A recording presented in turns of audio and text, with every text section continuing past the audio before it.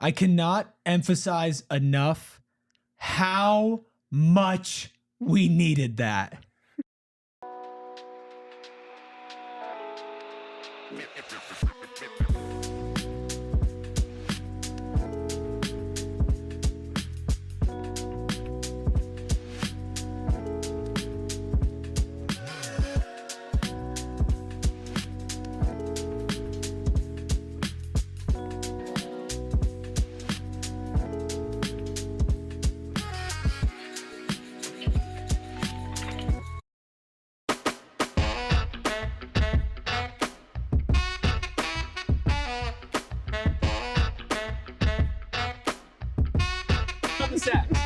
What's up, everybody? Welcome into the PHNX Suns show. Like I can do sexy sex.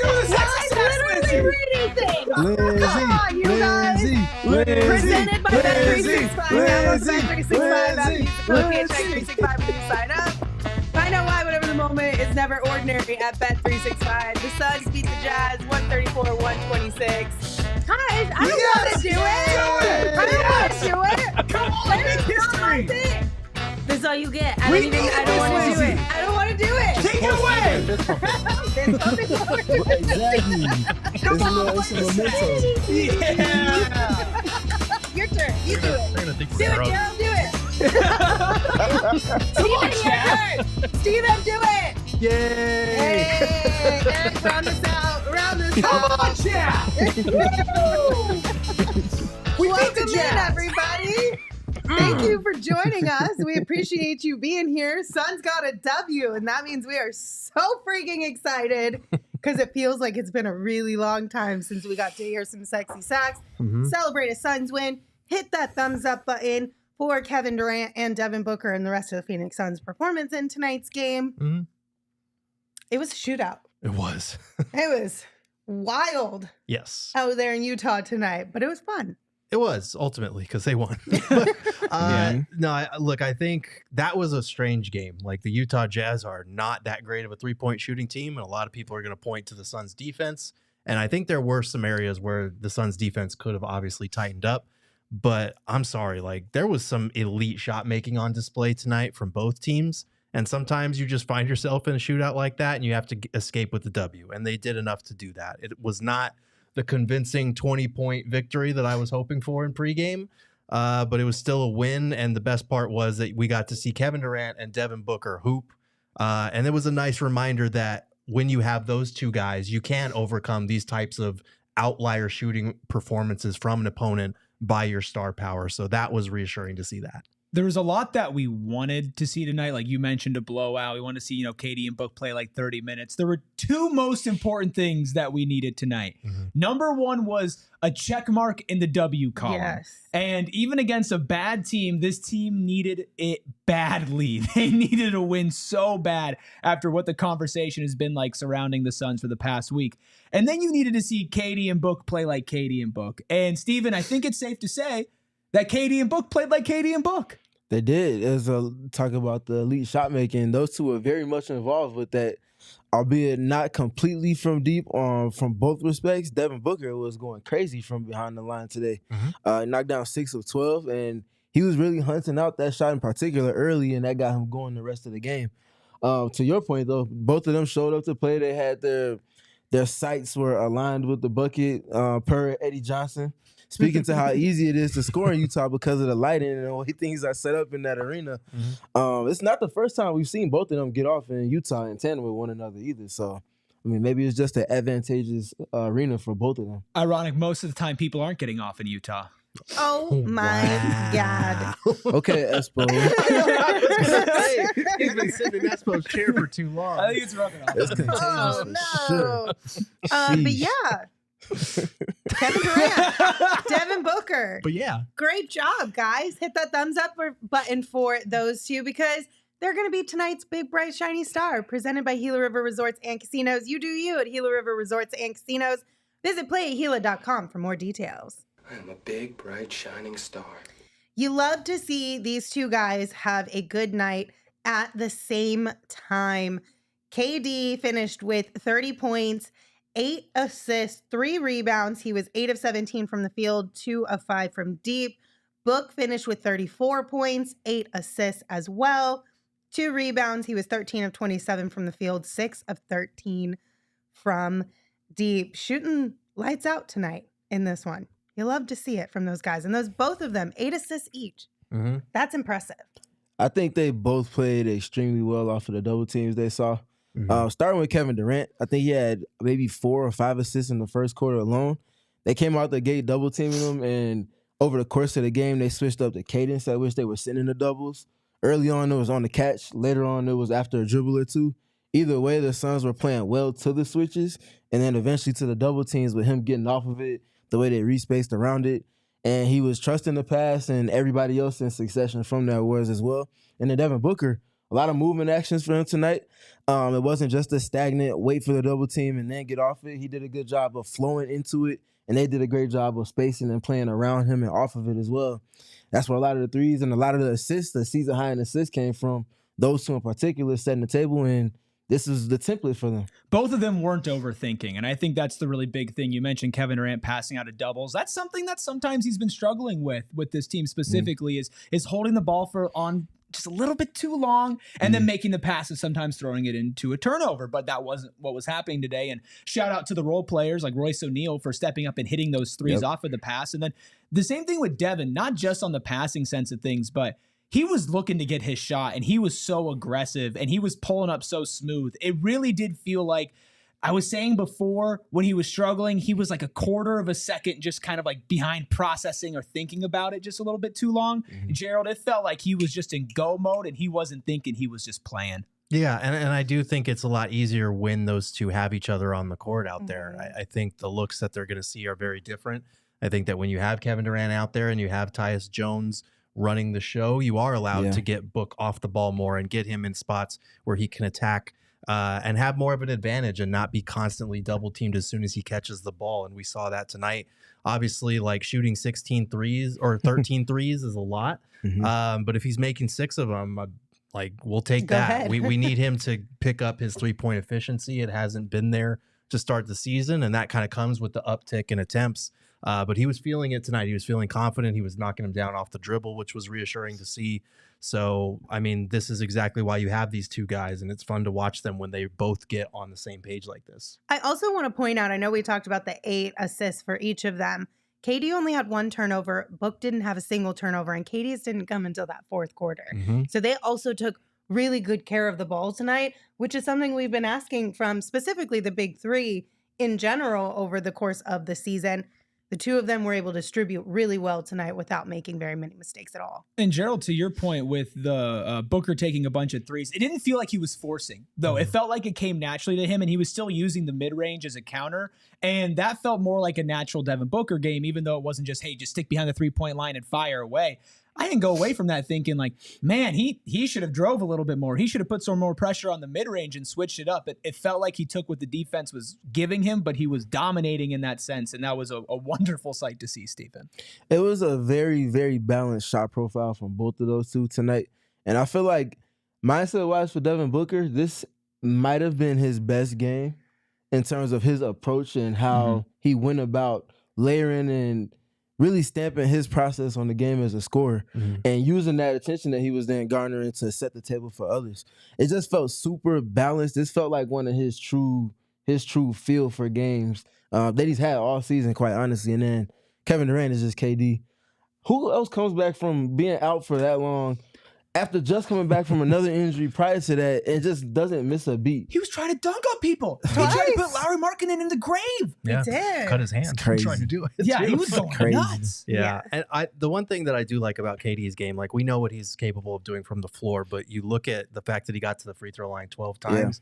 12 out of the Suns' 20 free throw attempts were from Kevin Durant. So you need that guy that he's going to attack the rim a little bit. He's going to attack in the mid-range, and he's capable of drawing fouls and getting to the line, because we know this team doesn't always have that downhill presence in terms of being physical or going to the basket. You would rather it not be your 36-year-old best player Definitely. that's leading the charge in terms of drives. That's what the value that Bradley Beal brings to this team is.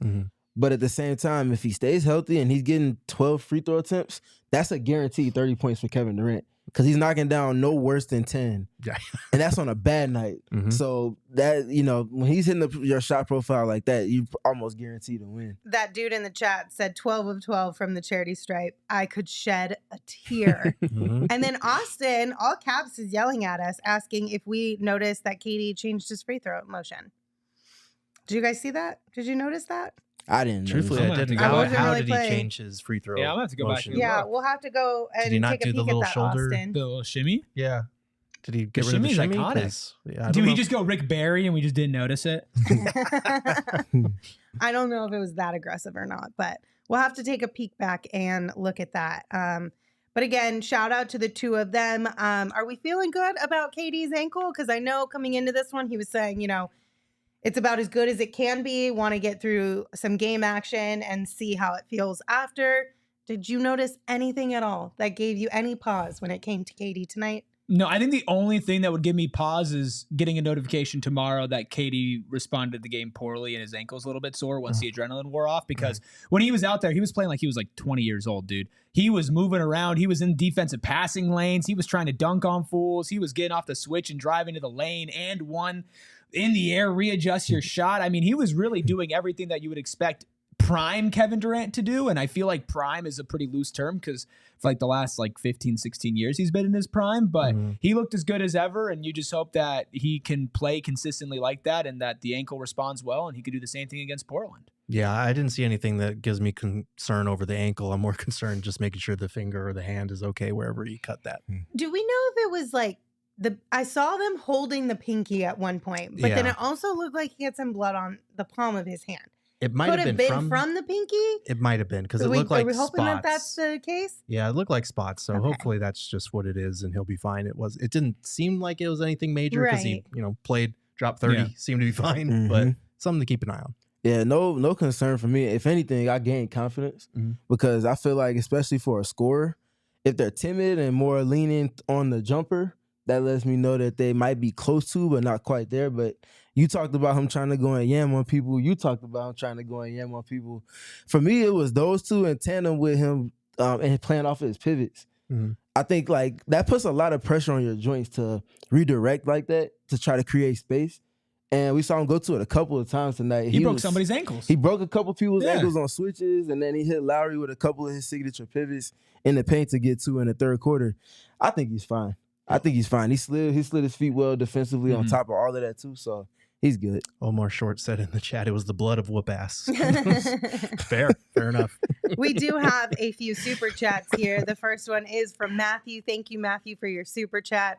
They said, I don't care if it's Utah. We got the W. Let's go.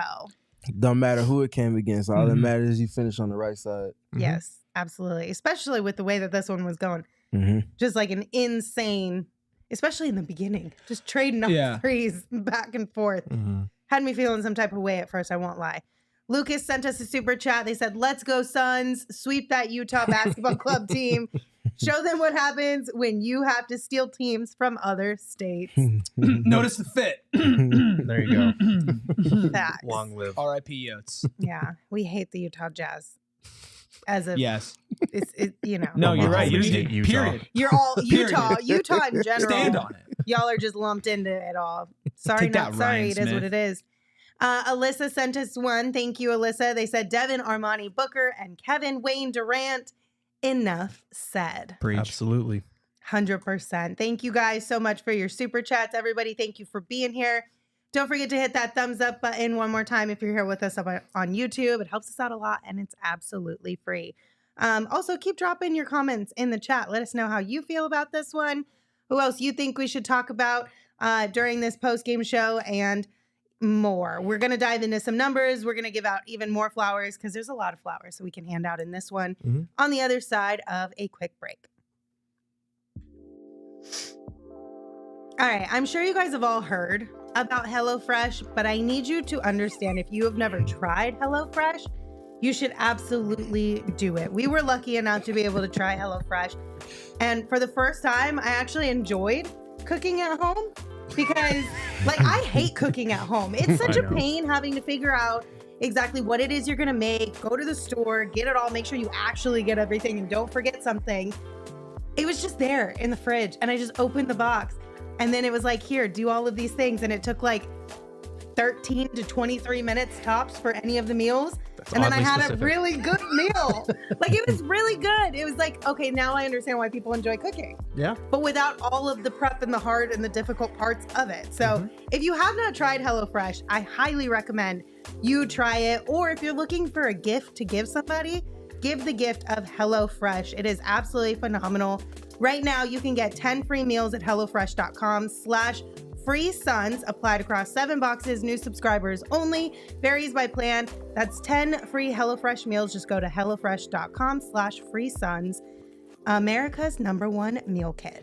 I'm not afraid to say the truth. The Arizona State Sun Devils got robbed from playing in the Fiesta Bowl, but that's okay. You can still go see Boise State get absolutely dominated by Penn State once they eventually beat SMU. And I know Penn State fans travel well. You want to go to the Verbo Fiesta Bowl because it is a new era of college football. It is the first playoff quarterfinal in history. And even if the Sun Devils aren't there, you still want to be there on December 31st at 5:30 p.m. It's that number 3 seed Boise State led by their Heisman candidate, probably winner, taking on either SMU or Penn State. Come early for a Fiesta that starts at 2:30 p.m. with a FanFest pregame party. It's a block party all about the big game. Join us for the first ever college football playoff quarterfinal at the Verbo Fiesta Bowl. Buy your tickets, reserved parking, and premium experiences at fiestabowl.org/tickets and Viva Fiesta.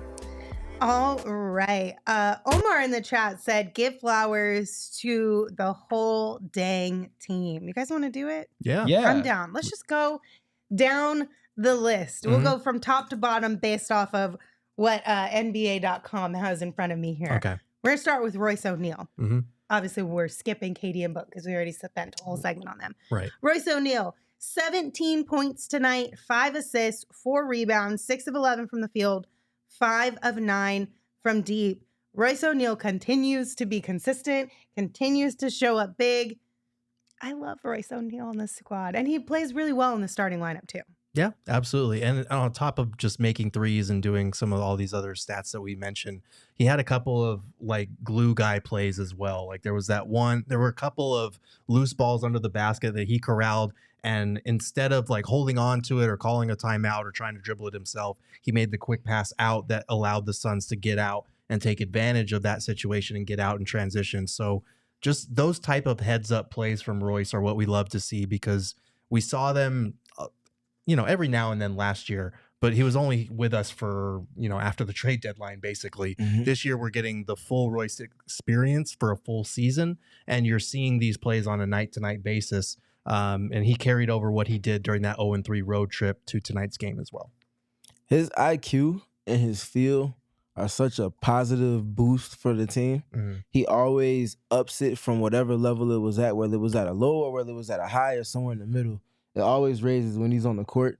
He's also very much a calming presence on both ends of the floor. You know that if you switch, you don't have to concede extra help because he can contain the ball. He can slide his feet and at least contain the first dribble. He's also very good as a help defender. Those things really help the Suns be successful on the defensive end. And we saw a lot of that in crunch time in particular this game where they created separation. And then on offense, when he's knocking down his threes, it's just he turns into an elite level role player because his defensive value is what it is, regardless of what the offense does. But he's knocking down the shots and he's making the +1 passes and the little things like that. You have the exact player that you need to build out a championship contending rotation. And that merges to what we talked about with Kevin Durant and with Devin Booker about playmaking and moving the ball. When you have a player like Royce O'Neale, who not only I get that he's streaky, but I guarantee you that Devin and Kevin trust that man. And they know that if he's open, he's going to get the ball and he's going to shoot it. And honestly, most of the time you're going to feel comfortable with it because of nights like tonight. Sure, he hits his lows and it gets a little bit frustrating sometimes. And sometimes it feels like the lows will never end. But then you look at the defense, you look at the connectivity. He's the perfect plug and play player for a good team. It's why he constantly finds himself on good teams. I'm so happy to have him here because when you do have some, injury prone players or just a lot of injuries in the NBA in general, the luxury of having Royce O'Neale off the bench and could be a spot starter, can still come off the bench when somebody else is starting. He can be in a facilitating role, a 3-point shooting role, a down and dirty blue collar boy role, whatever you need him to do. He rises at that occasion and he usually does it well. Obviously he's a role player, so he doesn't hit the heights of the other guys, but you don't need that because you have the other guys. Right. You just need him to do the job that he was hired to do. And I feel like he's done that very consistently this year. I know that he's technically like a little bit of a streaky shooter, but even when he was on one of his downsides of things, it was a lot of injuries that were playing a role in that too, right? It was when KD was out the first time around. They were also down Bradley Beal. He was being asked to play a much larger role on this team. The second time around when KD was out, though, you could tell he felt way more comfortable. He was one of the guys that you could point to that was like, he sort of figured it out without Kevin Durant out there. And he's one of the biggest benefactors of having KD out there normally. Yep. So I don't think that we've really, am I forgetting already outside of that first KD injury, have we had a streaky Royce O'Neale moment? I mean, he was really hot at the beginning. He was really hot at the beginning, really cold for those first few games where KD was out. And it was an extended stretch, but he turned it around, especially for the second stint where KD was out. So. I just feel like it doesn't count because everyone kind of sucked at that point. I mean, it still definitely counts, but you're right. Like, we can't just point to Royce and be like, well, this guy was cold during that. Everyone was bad during that stretch. Just, I don't know. I just feel like it doesn't really count. If everybody was playing like doo-doo, then whatever. I think Royce is the player that if a coach could have like multiple duplicates of one role player, he would be that. Because he just brings it consistently. You know what he's going to bring when he's on the court, and then he does other things on the margins to help amplify his strengths. Like you really can't put a value on those type of players, and that's what you need if you're talking about contending with these high-end, offensive, high-octane type of teams that you're going to be up against in the Western Conference come playoff time in particular. And I want to give him a little bit more flowers because we're talking about him as a player, as a whole. I think he's added an extra element to his game. I think he's gotten a lot better at just driving consistently. And there were points last season where he would go inside the three-point line. He would hit his patented pump fake, and then we would drive in and he'd be like, oh, well, he's going to miss. Right. And I feel like he's been more aggressive and more consistent in that. Right. And for a team that desperately needs paint touches, needs points in the paint, adding any 1, 2, 3 shots extra a game there from a guy like Royce O'Neale, that's really helpful too. I think that when you look at somebody that like far into their career in his role, it's rare they add things. And I would just want to give him flowers for that. Also, I think he's a really good teammate. I don't know if I've just never caught it before, but it was during the last 3-game stretch before this break.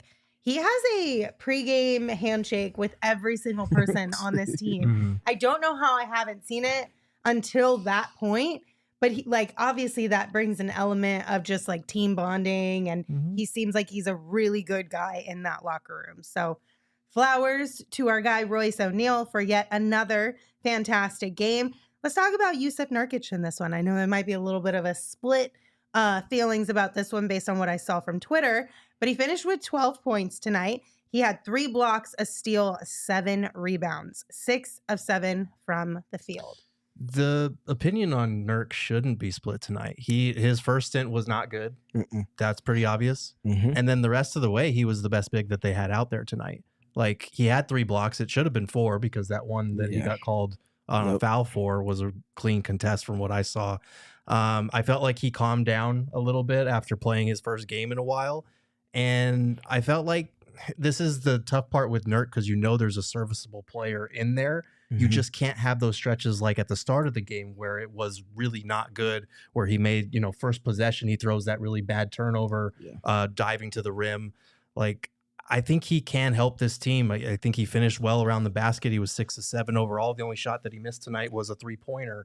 Like, this was a good stretch from Nurk tonight. Outside of that first stint, those are the ones that you have to cut down on. And that first stint is what's going to be burned in everybody's mind, though. I'm not saying that you're wrong. I know, I'm not saying that you're wrong. I'm just saying that when you have a player like Jusuf Nurkic, especially when the first thing that you see, like the first and the fourth quarter, the beginning and the end of the game is what's going to be burned in your mind the most. And especially when Utah's hitting so many shots and kind of feel like he puts his head down, you're like, oh man, come on, Nurk. But I actually think it's a testament to the fact that he did bounce back from that. He rebounded from that and being officiated kind of poorly as well. I'm not over the moon with it. I'm not like backflipping with Jusuf Nurkic's performance today, but I thought he did enough. And if he can continue to do enough and not be like that first stint, then you can play him. You can keep him in the rotation. I'm glad that he showed a little bit of fight, a little bit of bounce back there. I was looking for that out of him. Yeah, it felt like that first stretch was like, all right, is it like how is he gonna respond? Like, are we going through this again, or Right. is this just like a rust stretch because he hasn't played in a minute? And it proved to be the latter a whole lot more than the former, to the extent that we saw, especially in his drop coverage, he started to feel a lot more connected with his guards, and they were doing a solid job of kind of corralling things in pick and roll, whether they were getting into late switches or they were just staying to their traditional matchups and getting a stop from there and then grabbing the rebound after that. And then on the other end, we talked about Utah. They have one of the highest switch rates in the entire league. They were switching literally everything tonight, like we talked about with KD. But also what that means that Jusuf Nurkic is going against a lot of mismatches. He didn't do too much. He did what he could when he got the ball, made quick decisions, made confident decisions, and even made a couple of quick passes out to keep an advantage, ultimately resulting in 3-point opportunities for the Suns too. So he played a very even kill game after that first shift, and I feel like this is a whole lot of what you desire to see from him. Now it's just about being consistent with it. Do you think that with Nurk, sometimes this season specifically, it might be a little bit mental? Mm-hmm. Mostly because of the comments that were that he shared post-game earlier on in the season, talking about how he does see a lot of the things that people say about him online, and he hears some of the things. Do you think this might be the first time, at least in a while, that Nurk has had this many people? I know this sounds really bad, and I'm not trying to be a jerk to Portland, but like care more about the nitty-gritty of all of the details of his game? I mean, I don't know if it's a Does that matter make of sense? care, but I get what Or just you're the saying. expectations Like, were so vastly different. well, he's the new guy, and he's replacing the guy that you drafted, the big man that you drafted #1 overall, who was also disappointing when he was here. And yeah, the expectations for those two are obviously different. But yeah, I do think it is mental with Nurk at times. I think we've seen it before. I think we saw, that one time they played Golden State and Draymond Green swung on him. The next 2 times they played the Warriors, Nurk had really bad games against the Warriors. And I don't think it's because he's like mentally soft or anything like that, like people are going to say. But I do think at a certain point as an athlete, especially one that is online, I think a lot of those comments start to sink in. And you could tell by the way that he responded when we asked him about it, that it does bother him. Even though he was saying, what you see online isn't real. Those aren't the real fans, yada, yada, yada. So hopefully the time away from games for a while to get healthy, gave him some time to reset his mentals a little bit. I feel like with Nurkic, it's not the fact that it's from Portland to Phoenix. It's the fact that it was a good team in Portland. This is a team built to win a championship. And when you're built to win a championship and you look at the center position and there are a lot of games where he leaves something to be desired, you think it's so simple. Get tall, fast, athletic man who can run and jump next to these guys and all of your problems are fixed, right? And so when Jusuf Nurkic doesn't fit that mold or when he doesn't play up to the standard that he should be playing in, it means so much more because of how much is on the line. The same reason why we care so much if Bradley Beal doesn't play, because of how much is on the line. If you were the Washington Wizards or even if you were the Portland Trailblazers when they were a good team, you weren't a big 3 all-in highest payroll in the NBA type team. And there are certain expectations that come with non-minimum players on those teams. And this season, consistently, Nurkic hasn't played to the level you need him to win a championship. He has had games where he's played to that level. I think for like 70% of this game, he played to an okay enough level to where when your stars go off. But that's just the thing. Like, you're on a good team and you're not just a small piece off the bench. You are the starting center for a team like this. You have to play up to standards consistently. There can never be a question on effort. And tonight, there wasn't a question on effort at the end. Some other nights there was. And I think that's the problem that some people have. But you're never going to get a perfect player out of somebody of his contract style. But the last person, if we're going to continue to give flowers to the entire team, we have to talk about Tyus Jones. I mean, Tyus Jones has been incredible for this team, and especially tonight. I mean, 19 and 11. You can't ask for anything more from your starting point guard. Well, yeah, he would be the 5th on the list here in the order that we were going on. Tyus Jones absolutely has to be mentioned. Another double-double for him, 6 of 9 from the field, 5 of 7 from deep. Common denominator here, everybody's shooting pretty good from deep. Thank God in this one. Yeah. I mean, he's our X factor tonight, isn't he? He can be. You want him to be our X Factor? Well, I mean, it can be shared. Sure. It can be shared. It can be shared. It can be shared. He's playing the exact way this team needs him to. Mhm. And it's not just tonight. Even in the stretch where Brad was having his ups and downs, Devin Booker was having his ups and downs. Maybe the last 5 or 6 games, we talked about his three-point shooting, but also his playmaking has been razor sharp. The timing of his passes, the timing of how he goes about finding his way to put an impact on the game, whether he be initiating the offense or screening for either of the big three, and then playing as a short role playmaker from there. Obviously playing off of the catch and shoot with consistency, knocked down a couple floaters tonight. He's just getting the job done. And generally speaking, for their offense, if it's not Bradley Beal, depending on what the matchup might be come playoff time, if he's still here, Tyus Jones might be the X factor for the team's offense, because teams are going to be loading up to expect to take away things from whoever it is that's in the big three that's on the floor at any time he's on.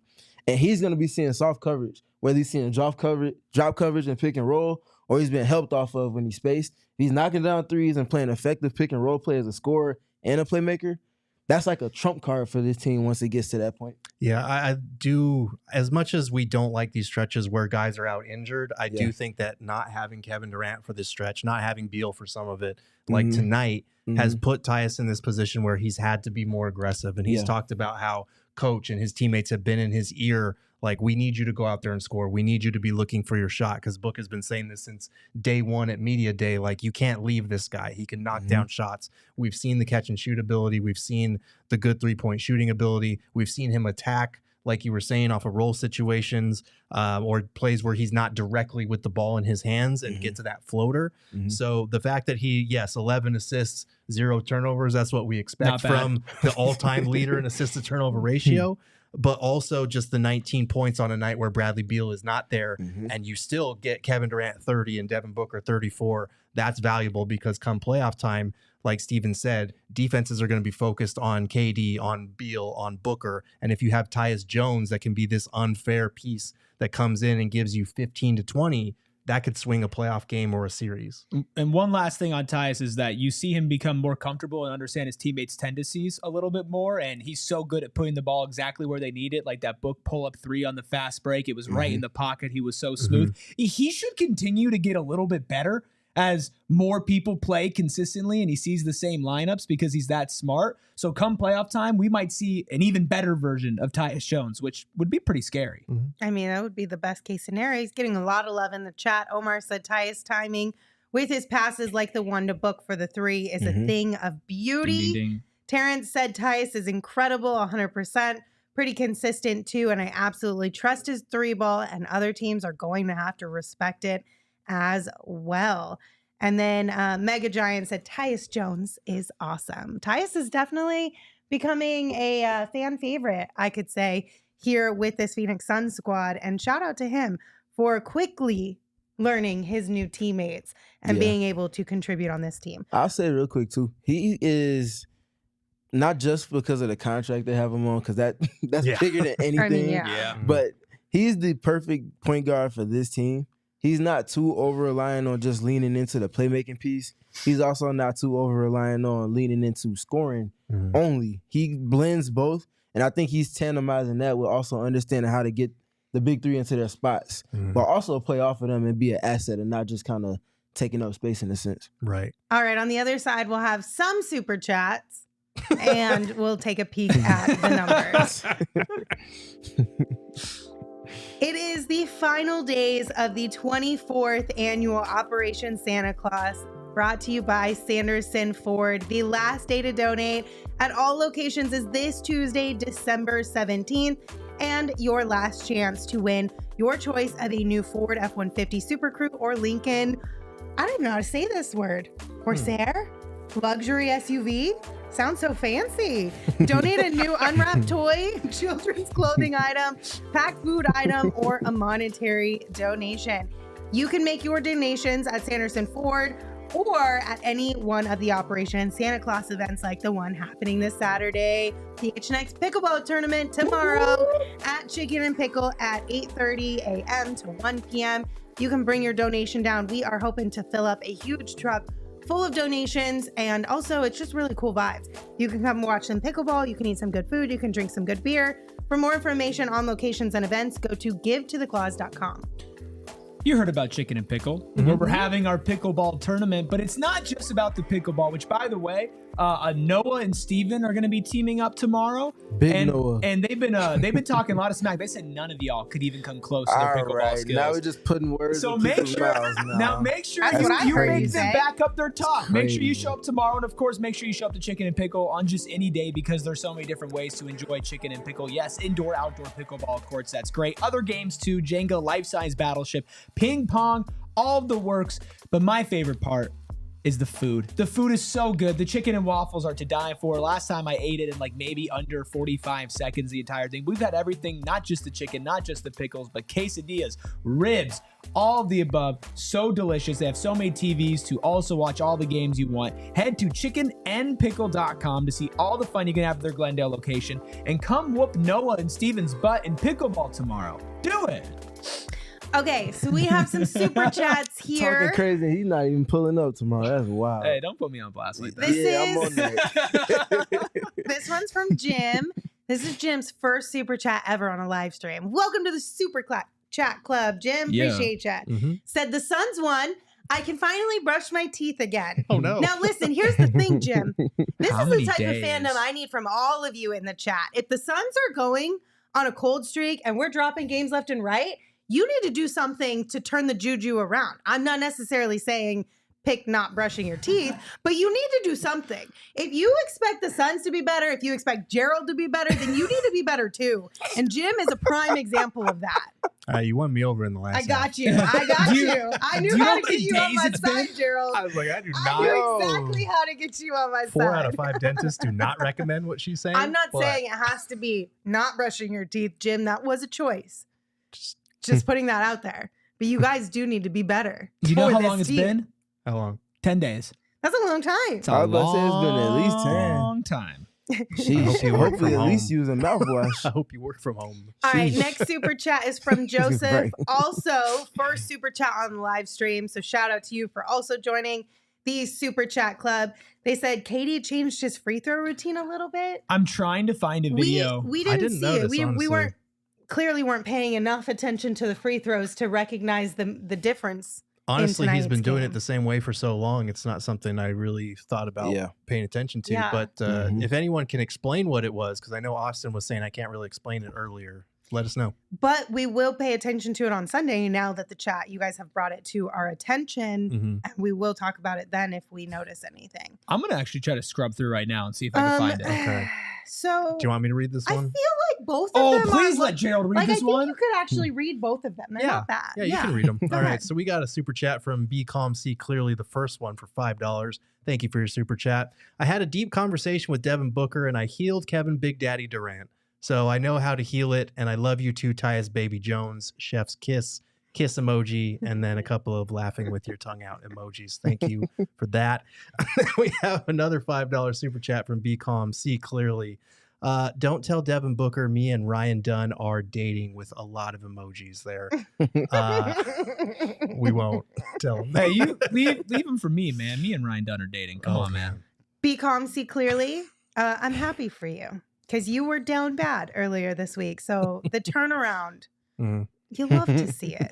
You love to see it. All right, let's go ahead and take a peek inside the box before we give flowers to guys who came off the bench tonight. Presented by Desert Financial Credit Union, Arizona's #1 credit union, named by Forbes. A lot of buckets are in the box for tonight's game. Let's start with the Suns and their 36 assists, which is a season high. Mhm. And as a direct result and in alignment with that is also their 22 made three-pointers, which is also a season high. Those two things are not independent of one another. Very much when they get that high a number of assists, it's more than likely becoming something that results in a lot of three-point opportunities, which you saw them get up 45. And because they shoot it so well, the makes come with that as well. So you see those numbers all working hand in hand. In addition to that, I would like to look at the offensive ratings for both teams, because while one is a whole lot of what you want to see, the other is not. So for people that don't kind of understand offensive rating, The offense rating for the Suns is what they would have scored per 100 possessions. And so take that and do the inverse. That's not what you want to see in terms of what they gave up per 100 possessions to this Utah Jazz team who we talked about had the deficiencies that they do. So we can dive more into the offense, but what are you guys' thoughts on the numbers for tonight? I love the fact that despite the way that the Utah Jazz shot the ball from three tonight, like 22 for 39 is insane. They matched it with 22 made threes. And yes, it came on 6 more attempts, but I think we will absolutely take 22 for 45 shooting from three on any night. And it was important for them to be able to keep pace because, man, Walker Kessler hadn't attempted a damn three all season and comes out and drills his first 2. It's like, oh, okay, cool. It's like, what are we doing here? Nobody gave us the notice here. No. But no, you're absolutely right. And like towards the end of the game, sure, that percentage went down. But during the game, they were pretty closely on pace with the Jazz. The first quarter, Suns shot 70% from deep. Jazz shot 66.7. Halftime, the Suns were at 64.7. Jazz were at 68.2. At the end of the third quarter, that's where it started to separate just a little bit. Suns were at 56.3 and Jazz were at 65.6. So they kept up until the end of this game for the most part with that exact same percentage that the Jazz were knocking them down from 3. And that saved us in this one. Because if we couldn't match them from the 3-point line, this would be a very different post-game show. This is the type of game that bad teams win. Like Kevin Durant said it after the game. Like, it's the NBA. You could show up any day and somebody can catch fire. And the way that teams that are usually not that great win or they catch fire from 3. And sometimes teams get demoralized from that when you feel like you're the better team and that this other team shouldn't even be in it. And all of a sudden, Walker Kessler is hitting back-to-back threes to start the game. You might just be like, all right, it's just one of those nights. But, I mean, it's the bare minimum. It's what good teams should do. But they didn't throw their hands up and just say, oh, we're in Utah and they're on fire from 3. What are we going to do about it? They fought and they clawed back, eventually stringed together some stops. And when they did, they pulled ahead. I have Kevin Durant's free throws up right now. The only thing I see that's a little bit of a difference is like he puts his left arm like out. He spins the ball. So watch this. Somebody was saying there was a little bit of a hitch. I don't know if I see the hitch. He puts it out to the side like that. The shimmies. It's like a little left. And then he just brings it up. I mean, I feel like I've seen him do that with not every time, but I feel like I've seen him do that before. Yeah, I didn't see anything too differently. Like, interesting. I still see the shimmy and everything, but maybe it was later in the game. These were the first free throws he took. I just went back to try to find it, but I didn't see anything crazy. But enough people noticing it makes me feel like maybe something later in the game happened. They're saying it's a wider left-hand toss. Okay.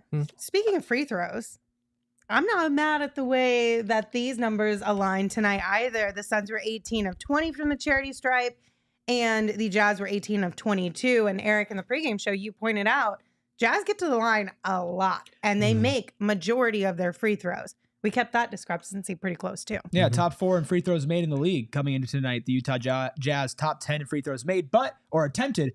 The Suns are right behind them. I think Jazz were 8th. Suns were 9th in free throws attempted. I'm not sure where they ended up on free throws made, but they've been getting to the line a lot more than Suns teams in the past, and that's a good sign, especially come playoff time. Like, being able to get to the line and get a bucket is pretty important. So Suns are 9th in free throws made and 9th in free throws attempted. So pretty consistent in the top 10. I'll say also from this game, back to the offensive rating point, for teams to shrink the margins for like teams that are not expected to win, like you all were talking about, like you were talking about specifically, taking a lot of threes and making a lot of threes, especially in an unscripted manner, that's something that can oftentimes be too much for a team to kind of try to make up for. The Suns being able to stay within their process with all of the switches, like even though Utah doesn't have like an elite personnel in terms of what they're working with defensively, just the fact that they're keeping things in front of them so consistently can force teams to go off script with their offense. The Suns were very organized with taking the initial switch that they created. Sometimes Kevin Durant would go directly at that switch. Sometimes they would then involve the screener who's a big that's not used to navigating switches and making them make decisions. There's one play where Grayson Allen ghosts, pops to the corner or pops to the wing, and then he gets into the short roll and makes a pass, gets a +1, and they get a 3. It's like little things like that that are going to be really important for this team come playoffs because most teams are not going to be able to just stay matched up man-to-man with this team. They're going to concede switches. We're going to see it with Oklahoma City, especially later on in the season when they go against them. And that's going to be a team that's in their way. So improving their process against switches is important, and I feel like this was arguably their best game doing so with at least 2 of the big 3 in the lineup this season. Mm-hmm. I'm just going to say this one time. Oh, boy. Uh-oh. Oh, no. Nacho and Tony, you are getting on my nerves. Oh, no. You are getting on my nerves. I already put you on a timeout once. Consider this your last warning, or I'll put you on a timeout for a very long time. These are like siblings fighting, and mom You is got- like, yes. it is over. It literally is not feels fun like anymore. children. I in will the turn this chat. live stream around. I will. I will. Hand on heads while they're swinging at each other. No, I will not spit the water out Triple H style. I appreciate the That can reference, but I would get Steven soaked, and I don't think Steven would like that. He already side-eyes me about 5 times per show. I'm not trying to get that to 6. Also, Kevin, no, I still got my stool. I don't know if you could see it in the shot. It's right She here. doesn't go live unless she has It's the right stool. here. Yeah, It's she like doesn't. literally written into my contract. I can't do it. All right, guys. We're going to take one more quick break, and then we'll be right back. We got to talk about goals for a minute, right? How are you tracking the ones that you set for your business earlier this year? Are you close to reaching those goals? If not, do you know why you haven't hit them yet? Are you ready to set goals for 2025?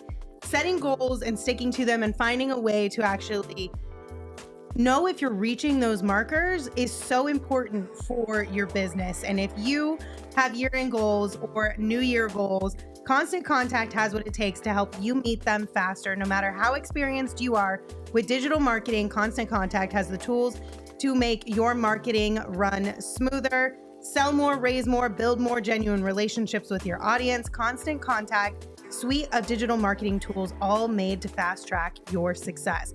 Time to put the go in your 2024 business goals with emails, social, SMS, and customized marketing campaigns built for you in just a few clicks. Ready, set, go to constantcontact.com/allcity and start your free trial today. That is constantcontact.com/allcity for your free trial. How often do you get to watch a football game in a baseball stadium? Not that often. And that's why the Rate Bowl is actually pretty dang cool. It's Big 10 versus Big 12. It's Rutgers versus Kansas State. A really good Kansas State, but not as good as your Arizona State Sun Devils. I have to find a way to get that into every ad read. But you should still go. It's a once-in-a-lifetime experience in downtown Phoenix, which is always hopping, around the holidays. And on December 26th at 3:30 p.m., it's the Wildcats against the Scarlet Knights. And if you're a U of A fan, at least you can watch one Wildcats team in a postseason game. Make sure it's Kansas State. And you can do that right here in downtown Phoenix. You can get game tickets, premium experiences, and reserved parking. They're all available. Get yours now at ratebowl.com. So just go watch a bowl game, Wildcats fans. Remember what the feeling feels like. All right, let's give some flowers to some of the guys off the bench in this one. We covered the starting 5. We got to give some love to Ryan Dunn for sure. 13 points tonight. He also had 2 blocks and a steal, 1 rebound, 5 of 6 from the field, 2 of 3 from deep. He's back, My y'all. baby boy. Literally, mentally, you name it. Ryan Dunn is back. My baby boy. That is that's my guy right there. I don't like that. Hey, Never you say let that me again. have my moment, Gerald. Never say that again. I don't step on your toes when you read B Calm See Clearly super chats, okay? We love Becom We're talking about my baby boy. We All love right? him. That's another man's It's the- words. Those aren't mine. It's the chest pound, the emphatic chest pound. Yo, be easy on your heart. man. No. Ryan Dunn's not easy on my heart because he gets it going. That dude Eric plays is basketball. I stand up out of my seat. Eric is Becom See Clearly for Ryan Dunn. All right, let's calm down a little bit now. Tell all me right? I'm wrong. Yeah, you're Tell me wrong I'm on that wrong. one. You literally pounded your chest. He's good at standing up out of basketball, your okay? seat. Bro, I you didn't- literally said y'all Tell were me dating I'm earlier. wrong. I said he's my baby You boy. said didn't y'all say were Tell that. me dating I'm earlier. wrong. I didn't And see a then blue followed chew up ad with in he's this. my baby boy. All What right, you all mean? right. You caught me. I guess everything I said on video. Anyway, this dude is going to be a difference maker for the Phoenix Suns for a long, long Review that. time. Review The it. defensive instincts are incredible. And sure, maybe his three-point shot has regressed. Lindsey's dying again. I'm going to keep going. Maybe his three-point shots regressed overall consistently, but if he's able to get to the rim and put constant pressure on defenses, he's going to open up so much. So much. That is why Ryan Dunn is my baby boy. This segment brought to you by Blue Chew. All right. Okay. Steven, you're welcome. That's for you. That's for you, Steven. All right. That's for you, We're gonna Steven. kill Lindsay again. Be calm, see clearly with the super chat. Oh no. Don't call Ryan Dunn. That's my man. Nobody else's. Get off my lawn, Be Calm. You heard that, Eric? That's his Stay man. on your side of the That's territory. Be Calm's man. God. You've already claimed half the dang roster. I hope Ryan doesn't watch this show. I can't look this man in the eye for like a week practice. Wow. I'm gonna interview him one day. He's gonna be like, Aren't you? Are you that one As he guy? takes He's like, like 3 dude, steps stop back. tweeting about me, man. I get it. I'm good at defense. Oh my gosh. God, that was fantastic. This is why you come to PHNX Suns. Where else are you getting this? On a Friday night of all places, Nowhere. this is the place to be. Shout out to you guys for indulging us a little bit of chaos in this one. Steven, can you get us back on track? I'll try. Do you have any basketball Wish analysis for me us? luck, man. Wish me luck. Jesus. Steven's gonna start praying in the Steven- middle of these shows. Steven, about do you to. like Ryan Dunn? I'll have to say he's pretty cool now because I can't follow up after Right. what he just did. He's a And cool dude. Be calm, see clearly on top of all of that. Anyways, yes, Oh my God. That's my boy.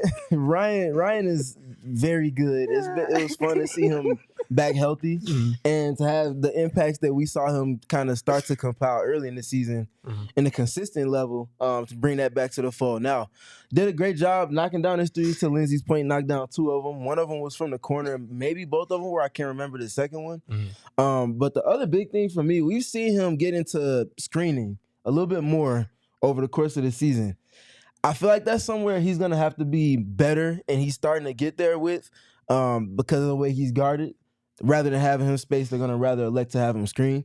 He missed the dunk, but the way he caught it on the short roll and went up with it, I thought he was taking a body with him to the free throw line. Of course, he didn't make that, but I just like the confidence from him. That was a telltale sign, like we talked about with KD attacking, that Ryan was perfectly fine with his injury coming into this game. And then the other thing for me defensively, he's so, like, not to the extent, but to your point, he's very good at defense. The one play where he got the block, he was trailing, I think it might have been Lauri Markkanen. He gets beat on leverage behind. He ends up getting into a late switch with the center, and he goes and takes the center's matchup, switches at like 2 feet in front of the basket, and then gets up the block, and that leads into a transition for the Suns. Like, he can compile these scenarios so often, and it's just the consistency for him. He just gets it, and he puts his value where his strengths are. Right. We haven't seen we have seen the shot blocking, the weak side shot blocking. We haven't seen it as consistent as maybe we thought we would, but that chase down block that he had tonight, to your point, was excellent. The way that he attacked was great. He got fouled on that one dunk attempt you were talking about. He had another nice drive.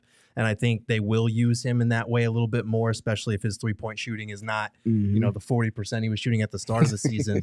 But this was encouraging for me because between injuries and between the cold streak and just the gaps between games, the last time that Ryan Dunn had a game where he made multiple threes in the same game was November 20th. So that was almost a month ago. The last time he scored in double figures in a game was November 13th, which was exactly a month ago. So it felt like we had gotten a good offensive performance out of Ryan Dunn, and he'd kind of fallen under the radar as we were propping up the other rookie Oso. So it was good to see him in his first game back have such a positive impact. But honestly, like, again, they're both rookies, and it's easy to forget that because they neither one of them really play like rookies on a regular basis, and they're so intelligent, and their IQ is so high. But it makes sense that they would kind of trade off, and sometimes you just have a little bit of like lulls in some of the areas, or you don't see as much playing time or whatever. Like, we didn't see a ton of Oso in this one. That doesn't mean that we're not still completely enamored with Oso. 2 things on that. When they do hit together, which I think they will, in lineups literally together, but just in the same game, it's going to really uplift this team, and it's going to be a punch off the margins that really separates them from opponents. And then to your point with Ryan and his drives, something that Grayson's really good with is when the pass is on the way to him, rather than waiting to catch it and then kind of generate momentum to attack, he's great with meeting it, like almost like a wide receiver where you're told to catch the pass and not wait for it, attack it. He's great with attacking the catch. And on the drive that you talked about with the left-hand finish, I think it might have been an M1, I can't remember. Yeah. That's literally what he did. I feel like he's picking up pieces of his teammates' game adding it to his. And that's something that's just going to make him that much better. And I don't feel like he's ever out of control. I don't feel like either of the rookies are ever out of control. But I think when you look at how Ryan Dunn plays and the position he plays and the role he's being asked to fill, that leads way more into the, hey, go be as chaotic as possible. Yeah. But it's not like he's fouling like crazy. I know sometimes he picks up rookie fouls. Like, he is still an aggressive defender. But there was even a fast break where he could have gone, put his head down, and drove into 2 or 3 Jazz defenders at the rim and just tried to put something up, right? Yeah. And maybe it would have worked and we would have been praising, but maybe he would have lost it and turned the ball over. But he backed it out and he waited for the offense to come down and they set up something. I forget if they scored or not. But I remember that stood out to me because a player like him who has his instincts sometimes just doesn't have the restraint to pick and choose moments. And when a rookie has that immediately, they know, like, if I'm not contributing on offense right now, I don't need to force it, right? And that's only going to get better as the season goes on. And as the years go on, when he becomes more skilled and he becomes more confident, that drive is going to be, okay, instead of analyzing and backing out, I'm going to analyze, drive in and do something. Like, that's the extra element to his game that we're still waiting for. But baseline with him, he brings a positive. Even if his three's not falling, even if he's not being ultra aggressive, he can still help this team. And as a late round rookie, it's hard to just find a baseline like that. And he has that relatively consistently. And off of that, like, those are great points. And this is in the same lens. I think one of the highest qualities is that they both, you can tell in real time, are learning from their mistakes. Both of them struggle with fouls early in the season, the undisciplined ones where they do a good job and then they bail an offensive player out late in the shot clock or whatever. And then the same thing on offense, sometimes bad passes, taking unnecessary risks. Like you said, forcing the issue a little bit too much at times. You can tell that their temperament is a lot more level than it was just through the first quarter of their regular season, or their rookie seasons rather. And that's something to build off of right there, because everybody's not as coachable in that sense in terms of having discernment that grows as a positive over the course of their season. They're already there just a quarter through their first season. The Rickety Bridge asked if we can give a flower to Josh Okogie as well for being that change of pace spark plug. You don't ever have to ask me to give Josh Okogie flowers. I will gladly give Josh Okogie flowers every single time. He only played just under 6 minutes in this one, but he did have a steal and 2 rebounds. But Josh Okogie always has energy. He always plays with heart. Even when sometimes things don't go as you'd hoped, you still know that Josh Okogie's going to at least try his heart out. Yeah, it was a very small stretch, but I think that was when Jordan Clarkson was really heating up, when the Jazz were just going crazy from 3. They threw Josh Okogie in there for a couple minutes, had him out there kind of double teaming and trapping Jordan Clarkson, and they were able to get the ball out of his hands. Now, the Jazz still swung it pretty well and got some good looks out of it, but when they needed to really start to try and impose their will on this game defensively and just try and cool these dudes off, they went to Josh Okogie, and that's telling to me. I feel like with Okogie, he's in the perfect role where I want him right now. I don't want to be relying on Josh Okogie or going into every single game saying, Josh Okogie's going to be a key piece of my rotation tonight. And that's nothing against him, but it's more about the impact that he can have when he is just unleashed, kind of like a wild dog out somewhere. Like, it's not that he's out of control in the same way that Ryan Dunn isn't out of control. It's just aggressive. But you throw Josh out there and he just mucks it up. And you might only need him for 3 to 4 to 5 minutes. And that is enough to shift the momentum a little bit, make the opposing team uncomfortable, and then you take him out. But you give him enough burn to where when you need to tap into him for 15, 20 minutes, which they've had to a couple times so far this season, he doesn't feel like he's just been iced out. I kind of like where Bud has him rotating, where he's expecting to play more when there's injuries, but when there's, one or very few, it's like, we might just throw you out there for a minute or two, see what happens, and pull you. And he's still the same player every time he goes in. I might not ever have another chance to do a film session on Josh Okogie. I think the prime of that was in 2021. Shortly after they got KD, and there was discourse about whether he should start and whatnot. I'll just keep it short and simple and say that he's a great cutter. He might be top 3 cutter on the team, and that's his value. We love Josh Okogie. We also love that you guys join us here for these post-game shows. Thank you all for being here. We appreciate you so much. The conversation is not over, but we do want to give a shout out to all of our TV viewers for tuning in and remind you that the conversation always continues at gophnx.com. So meet us over there. And while you're there, make sure you read some of Gerald's articles. You can also follow along on social at PHNX_Suns. So once again, Thank you to all our TV viewers, but we'll see you on the other side. Okay. A couple more guys on this list. Chica asked if we forgot about Mason Plumlee. We also have Monte Morris and Grayson Allen that we could give some flowers to as well. Listen, I feel like this was just a full team effort. Everybody had their moments, some bigger than others, but I'm happy with the way that this team played tonight. I wish maybe the defense was a little bit better in certain areas, but I honestly don't even know that it was that the defense was trash. I think Utah was just hitting shots that they don't normally hit. They were. And I thought Mason came in, especially after that first rough stretch with Nurk. He came in, gave them good energy. He had a very Mason Plumlee game where I don't think he scored, but he had like 9 rebounds and a block. So good activity for Mason Plumlee. And then I thought like Grayson Allen continued, not a ton of shots, but made 2 of his 5 threes. And he had that one really nice drive where he's going across and flips up this really nice layup with some English on it. So it's been good to see him string together some games where he's been shooting the 3 ball well again. When you have Kevin Durant and Devin Booker combined for the amount of points that they did, you don't need a player like Mason Plumlee to come out there and score 10 points. You just need him to go out there and do the dirty work. And that's exactly what he did. Same thing with Grayson Allen. You didn't need Grayson Allen to go off as a shooter tonight. You didn't need him to be an offensive threat. You needed him to be out there, space the floor, have some gravity, put some pressure on the rim. And that's exactly what he did. And that's nice because it's the equation that you talk about when you say, hey, we have at least 2 star players on the court. When they're on, when they're cooking, other people can fill into whatever role is needed. And usually that's not scoring, right? So somebody can have a really positive impact like Plumlee, play 10 minutes, grab 9 rebounds, and that's all you need out of them. So it's a testament to them for filling those spots, but it's just further showing that you need to have Kevin Durant and Devin Booker on the floor for everybody to be able to contribute in their best way. That's perfectly said. So we have a few super Supersats are sick. We have a few super chats here. Obviously, clearly, I'm not reading that one. Oh, man. I feel like that was directed at Eric. I know it was. No, it was. But we're just going to leave that one in the past. But we appreciate you sending it in. Something about size. Kevin sent us one, and they said, I need to know, did J-Dog retrieve the lost phone? I don't know what Kevin's talking about. I don't either. I don't either. I thought I missed a post game or something. I did too. I was like, am I the one who's like way out of the loop here? A Kogi lost phone? Kevin, what are you talking about? I don't know. I'm not sure. But I do know that our producer of PHNX Sun Devils lost their phone in Dallas. I don't know if they're talking about Kyle. I'm not sure who lost their phone, but let us know who Kevin, you're talking about. Just say it in the chat. You don't have to super chat again, but give us more context to what you're talking about here. Tim from Phoenix, thank you so much. We appreciate yours. They said shout out to Nurk. That first 2 minutes of Nurk was rough, but afterwards he was the best big we had on the floor.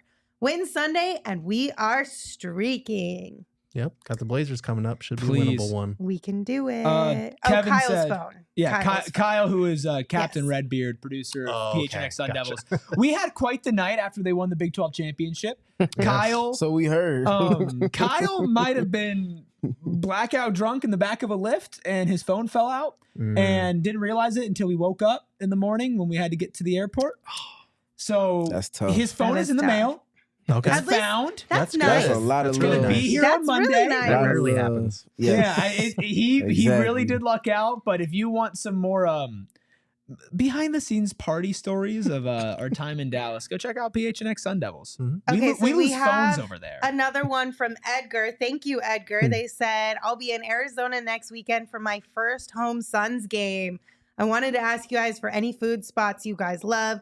I trust you guys. I like anything. Ooh, Monroe's Edgar. Hot Chicken. Best Nashville hot chicken sandwich I've had, and I've been to Nashville and had multiple hot chicken sandwiches there. Also, really excited for you for the first time being at the a week home of Christmas game. too. Max, our salesperson, just turn off the stream because there's going to be free ads. This ain't about you, Max.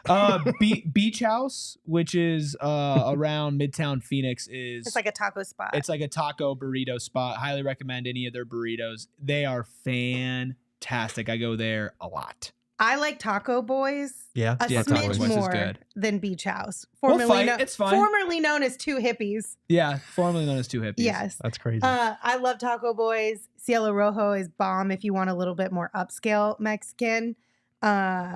There's a whole bunch. Honestly, you can't Lindsay, go wrong. don't you have a pinned tweet on your Twitter account? Where I people do. put Actually, that's true. I do have a pinned tweet on my Twitter account where everyone dropped like all of, I literally asked the same question, like local mom and pop type stuff, not really chain stuff. So you should definitely check that out. There's some Gino good stuff in Bandino. there. Oh yeah, that's kind of a fun one. Fire. I'm new Fire. here, But that's like North Phoenix. Yeah, it's far I'm away. new here, but Taco Chivas Oh Taco yeah. Shield, yeah, is it's fire good. too. Taco That's Chivas off is good. of Indian School. Yes, Road? Indian Yeah. school and like between 7th and 12th Street. Mhm. Somewhere around there. Little Caesars. All right, brother. Okay, here's the deal, you guys. We can't leave. There are two very important things that I have to tell you before we leave. What? The first one is that we are teaming up with our friends at Verizon Never for go a somewhere Suns else. ticket giveaway. That's right. You can win tickets to a Suns game. It's coming up soon. We want you to enter into this. Verizon is getting you access into the experience that you love. You can win tickets on to the game on January 12th when the Suns take on the Charlotte Hornets. Enter for a chance to win up to 4 tickets. Head to gophnx.com/Verizon. The sweepstakes ends Friday, January 3rd, so make sure you get in sooner rather than later. No purchase necessary. The second really important thing I have to tell you pains me. This is what I but screamed about. Somebody We're back. hit their bet tonight, you guys. No! Look at that, man. Steven finally hit a bet today, you guys. Well, this is my second one. Yeah, for but this is the full first big one. transparency. This is the first Yes. big one. The first Yes. one was a Lindsay baby bet. It don't count. Steven knocked it out of the park. He won $330 tonight. So his minus 200 to start the game is now plus 128.33, making him our leaderboard winner for now. We You're have a top the new leaderboard.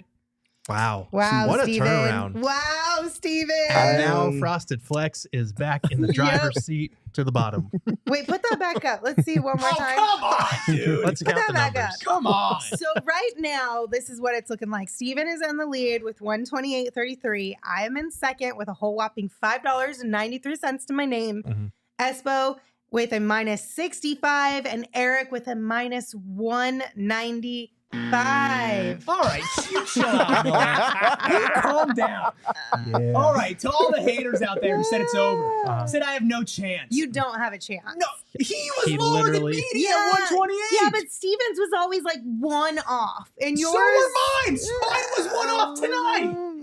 Yeah, but you I picked don't like a really losing. bad Don't one. push me right now. Oh. I was what? one. I was Or 1 what? point. What I was you gonna one. do? I was one Jusuf. I'm going to scream louder, and I know you hate that. I'll mute your mic. Listen, you don't have any control over that. Noah, Listen, Noah will mute your mic if I ask him to. Please. I'll see you after the show, Noah. Please. Listen, first of all, Steven was lower than me. Not to like bring up old things, but like Steven was lower than me today, which is now inspirational considering I know that I can jump. You're literally in one never night. making it out of that hole. All right, you No know chance. what? Screw this. But here's Screw the this. deal. Mark this down. When I finish higher than Lindsay, let's make a bet. Let's make a bet between us, Lindsay. No, Who everyone- finishes higher? everyone Is that wants- not what we've been doing? More No, than that. personal bet. More than Maybe that. 365 getting all the money tonight off of us. You're stealing Steven's spotlight. So you shush. The chat wants to know what Steven's bet was. Steven, Noah, do we have that? I have your bet in front of Okay. me. I can break it down if you need to. So it was a plus 3,300. Tyus Jones, 2.5 3-pointers made. Mhm. Kevin Durant, 23.5 points. Tyus Jones, 15 points. Devin Booker, 5.5 assists. Kevin Mhm. Durant, over 0.5 assists in the first quarter. Mhm. And then Jordan Clarkson for 2 or more threes made. Mhm. You hit most That of was these in the first half. That was a $10 bet that hit for $340 on return. Yeah, $10 bet. Mm-hmm. So, Not too shabby. but no parading over here. We understand that this thing is very much. No, take your marathon. victory Nah, lap, Steven. no, Come no, on, it's no. what makes it It's fun. not. I'm not cut like that. We still got like 70 something or 60 something games left, Mhm. and I'm just Damian Lillard in the bubble after he hit the game winner. Just staring. I'm not even mad. It's really unfortunate, to be completely honest, because I was hoping we could keep up this bit where my like baby bets were like inching up and Steven would continue to lose. Yeah. But now we're here and we all got to start swinging for the fences to be able to catch Steven. Set the tone and watch everybody trail. Appreciate that. My question is, Steven, what's your game plan moving forward, though? Are you going to continue with these crazy ass, like huge parlays, or are you going to just chill now? We'll find out on the next episode of Dragon Ball Z. It's literally on Sunday. Just tell me. It's like literally one day away. We'll find out on the next episode of Dragon Ball Z. I want to see you change your approach is what I want to see. I don't want to. Because there's no way you're going to dink and dunk your way to $200. You never know, Gerald. You never know. You're Gerald. at $5 and you've hit more bets than anybody. But he also lost like what, 17 in a row? Okay, maybe not 17, like 9 or 10 in a row. So, like, if I win a couple $30 bets, I could maybe catch up. But then if he hits another one, it's over. You do what? But you got that's the gamble of it all. You do what you're confident with, and you stick to your guns. So you go dink and dunk. Don't copy and paste what I did because it worked for me. You stick to I'm your, not copying. Stick to the There's script. no chance I'm doing 9 like parlays. Come on, Steven. Steven says he's a bet with a pure heart. Approach Bet365 with pure intention. I'm just that too, but Pure I'm be a better person. You gotta put your chest up there. You gotta be confident in what you're doing. What your approach is. Chance. I'm just saying. I'm happy that you're leading, as long as it's not Espo. As long as it's not Facts. Espo. It really can't be us. We can't let Espo win. It can't be Espo, and I can't be in last. I just can't be in last. Espo is a playoff performer. It's funny because It he's is funny. so mad I at know. me, though. No, it is funny. It's all fun and games until I'm winning. It'll be a good time. That's the only time that I made Steven laugh the entire show. Was when I said that. So now that the most important news of the show is out, I think we can say goodbye now. Any final thoughts before we get out of here? You guys good? Build on it. Play better defense on Sunday. Let's go streaking. Handle your business. Stop playing with your food and get to it. Slide in my DMs at Eric Ruby with any betting tips. Thank you. All right. Well, thank you guys for being here. We appreciate you very much. Thumbs up if you're here with us on YouTube. Rate, review, subscribe wherever you get your podcast. And, of course, follow the show on social at PHNX_Suns. You can also follow me at Lindsay Smith AZ. You can follow Gerald at Gerald Bourget. You can follow Steven at StevenPG3. And you can follow Eric at Eric Ruby with a K. Real quick, I didn't miss any super chats, right? I'm notorious for missing super chats at the very end. Okay, cool. We're good. Who wants to take us home? I could take it away. For no particular reason. You must be 21 plus and physically located in AZ. If you or someone you know has a gambling problem and wants help, call 1-800-NEXT-STEP, text NEXT STEP to 53342, or visit problemgambling.az.gov. Enjoy basketball. We all silly like the mayor.